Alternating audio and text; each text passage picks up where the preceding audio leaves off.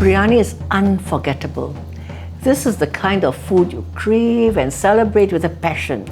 Join me as we explore just what goes into one of Singapore's most vibrant dishes, from its origins to the spices that define its compelling flavor.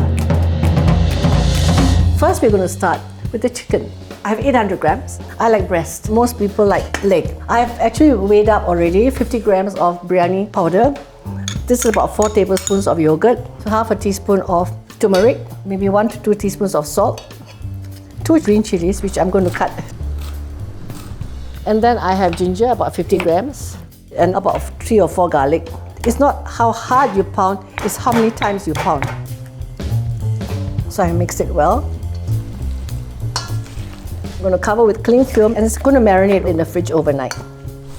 And we have one ready-made already. I'm going to make something called birista, which is deep fried onions, just sliced thinly, and then put the onions into a bowl with ice water, soaking it for about 1 hour till it removes all its excess juices so your onion won't get bitter at the end. I've actually drained it, dried it on paper towels. The secret is putting it into cold oil. So the onions get dried out at the same time as the oil gets hot.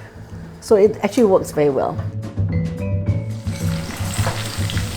And you see the smoke is actually the onion juices evaporating. After about 6 to 8 minutes, it's starting to get brown. You switch off the fire before it's the right color because it will continue to cook in the oil. If you cook up to the right color, by the time you remove it, it'll be too brown. So this is about just nice.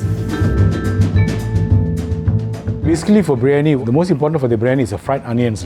You have to do it right. Then the biryani will turn out to be well. If you're looking for the heart and soul of biryani in Singapore, the Islamic Restaurant on North Bridge Road is the place to be. Established in 1921 by Mr. Abdul Rahiman, the 100-year-old restaurant is now run by his grandson, Mr. Khalil. Biryani originally actually is from Iran. It's traveled to Turkey, then traveled to India. My grandfather studied the geographic of how the biryani was originated. Then he infused Indian and Turkish flavor, which is what we are now.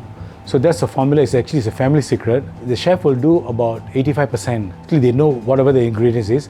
The 15% is we do a premix sauce, a powder. We will mix it. So even our chefs won't know what that secret is. Because this legacy, of course, I want to pass on to my 4th generation. I'm a 3rd generation. So my son is coming up now. So hopefully they will carry for another 500 years, followed by whatever the journey is, Throughout this 100 years, we only survived with one product.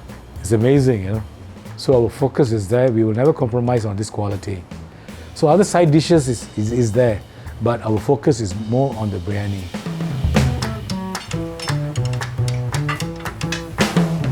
So this is saffron.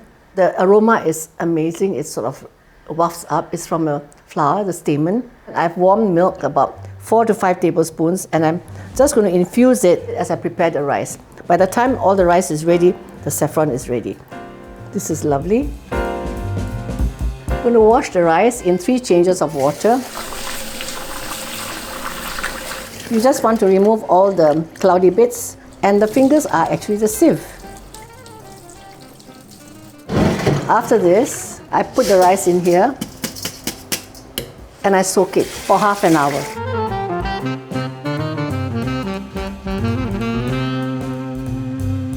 First, I have tomatoes, right? I'm going to cut it into cubes. It doesn't matter if the tomatoes are not even because it's all going to be mashed up into the chicken mixture later when you cook it. So here's my chicken, marinated overnight. Scoop all the tomatoes into the chicken. And then I'm going to have coriander and mint. So I need about 10 grams. Coriander also 10 grams. And I'm just going to cut it. The yogurt, which is about 4 tablespoons. Ghee, which is clarified butter. I'm also adding about 2 or 3 tablespoons. A bit more. Biryani powder, about 5 grams. An essential biryani powder from the right source will take you far. One place that offers this can be found in Parkway Parade's Fair Price Extra. The spice master, Jeya Seelan, can be found here in the afternoons at his spice gondola, mixing spices in front of you, advising on flavor profiles and sharing his passion. We were to roll back the years, right? My grandfather came in here in late 1940s. 10, 20, 30 years later, my dad also joined the business. Being the third gen, I really feel like I'm carrying the torch. It takes a long time to cultivate all of this knowledge. Even holding a spoon, for example, like this, the closer to the handle that you hold the spoon to, you get more control over the mix. And so this is Hyderabadi biryani. Every curry powder, right, has a base, has a body, has definers and enhancers. For example, like coriander and chili. So these two spices normally form the base of a curry powder. They make up to 40% of the powder, and then we have the body. Body is cumin, fennel, turmeric. These are the ones that come together and give the biryani spice a very distinct color. Fennel has a very sweet finish. That's why you don't put too much fennel. It might overwhelm the mix quite easily. Cumin, it gives you a musty texture. Turmeric gives you that yellow color. That one also we don't put too much. The definers is for me nutmeg and mace. They have a very fruity finish, especially mace. Nutmeg can easily overwhelm a dish, but this one has a higher proportion of nutmeg compared to other spices. And if you smell it on its own, it can excite you very easily. It excites me. It's psychotropic in nature, it's also aphrodisiac, so it appeals to everybody. 有没有印度味道？不是印度的这个，这个是农亚的，农亚的。农亚的。啊，你有农亚的对吗？啊，华人的啦。华人的啊，对对对。安迪，不用紧了，安迪，我做了 ，OK 啊 ，OK 啊，don't worry 啊，没问题。Jeya's spice mix has everything, but other mixes might require you to add 2 flavors yourself: garam masala and Kashmiri chili powder.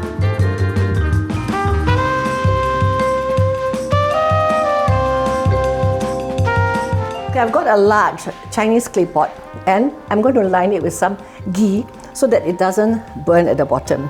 I'm going to put the chicken in here. I have to do all this first because the moment I half cook the rice, it has to go into this hot and goes into the oven hot. Turn on the oven to 180 degrees Celsius and I'm going to leave it. This is ready soaked for half an hour. You actually boil a pot of water. I'm having 1.5 liters. 2 Indian bay leaves, dried bay leaves. 2 of finger-length cinnamon sticks. So this is mace. I will have about half a covering. 4 whole cardamom pods, and then 2 star anise, 4 to 5 cloves, and then 1 tablespoon of oil, and then 1 to 2 tablespoons of salt. It smells lovely. Okay, and then I'm going to drain the rice. The rice has to be 3/4 cooked, and it takes some time to get it correct. Still hard inside, which is perfect.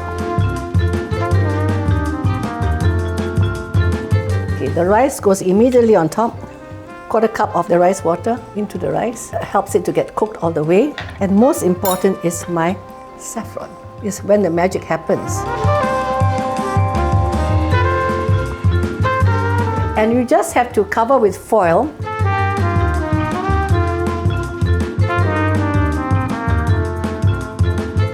I'm going to put it in the oven. The other way is you put on direct heat, and I've tried it. It's more difficult to get it correct because very often you burn the bottom. Leave it for 45 minutes.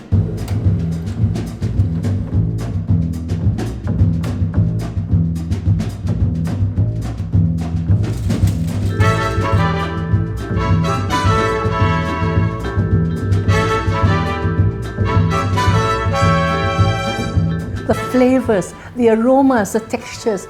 It's no wonder nasi biryani is one of Singapore's more popular dishes. You can find restaurants around nearly every corner. For me personally, it brings back really happy memories of Sunday afternoons spent with family and friends savoring a meal of nasi biryani.